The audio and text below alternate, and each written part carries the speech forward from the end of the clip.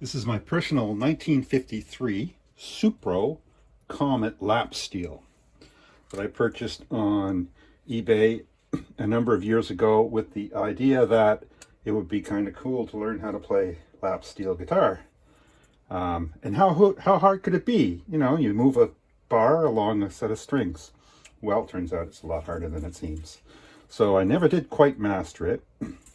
I can do a few things on it, and a few weeks ago, I was playing in a pit for a production of Cabaret.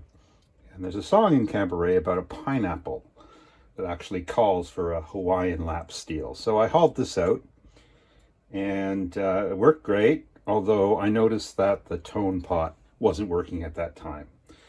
So someone at some point had replaced the original tone pot with this little alpha pot, and but left in the original 0.05 microfarad paper and wax capacitor.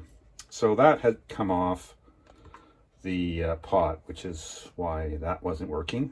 And as I was taking this apart, I also managed to disconnect the pickup, which is a very, very thin wire that I do not want to break. But anyhow, an easy fix. We'll put in a new capacitor, and I'd love to have a vintage pot. Maybe I can find one. Otherwise, I'll just use that, and we'll put this thing back together again. So if that interests you, stick around. Should be a very easy and quick fix.